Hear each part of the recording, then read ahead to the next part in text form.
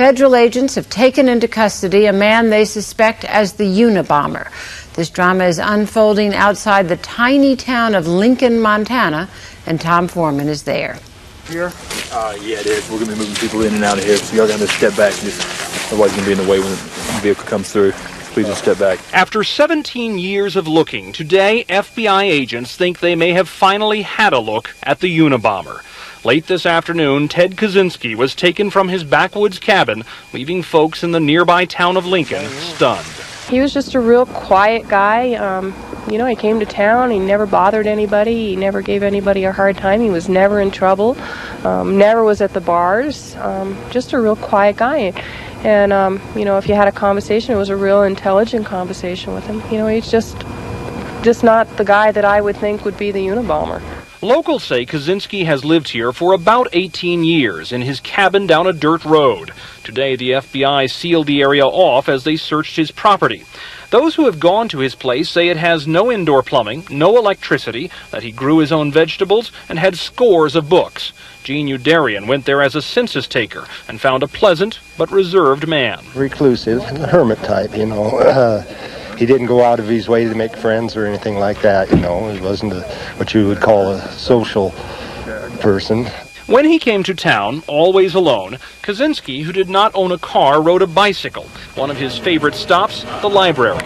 There, people say he told them he was a Vietnam veteran living on a pension. Former librarian Beverly Coleman says he often wore army green or camouflage clothing and had unusual taste. He didn't read like the normal junk the rest of us read. Do you have to order in the books? Oh, yeah. Most generally, you had to order anything in for him because what he wanted was so off the wall, and a lot of stuff he wanted was out of print for years.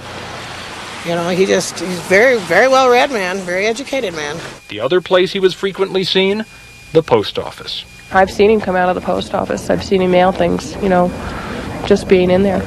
Like letters or packages? No, I don't know. We all go to the post office, everybody. Nobody gets their mail delivered to them, so I don't ever remember packages or anything. At this hour, Kaczynski is believed to be in Helena, where he was taken by the FBI. At last report, in a small windowless office on the third floor of a building that the FBI keeps in this town. Koki? Tom, what happens tomorrow in Helena?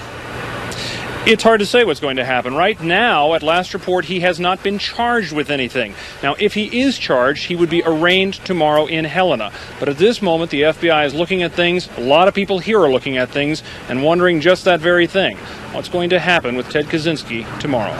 Thanks, Tom Foreman in Montana. And now from San Francisco at our station KGO-TV, ABC's chief investigative reporter Brian Ross. Brian, what brought the investigators to this point? Finally a suspect.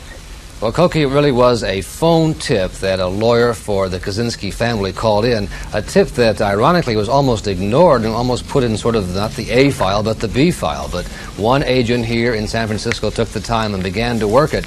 The problem was that they had thought all along the suspect was somebody who lived in the San Francisco area. And when it first came in as somebody in Montana, it was ignored. But as they looked closer and closer at this man, they found he began to fit the profile.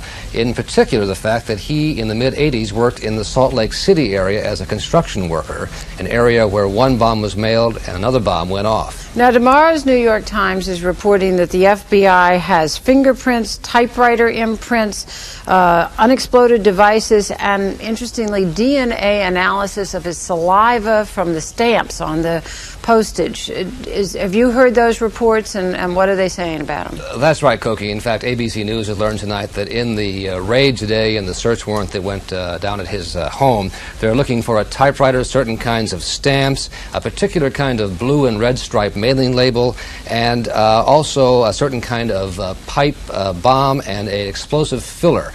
With the stamps, they hope they can do a DNA kind of test that would match him up.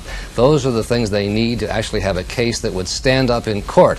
It's one thing to call him a suspect, it's another to prove it in front of a jury. Thank you, Brian Ross in San Francisco.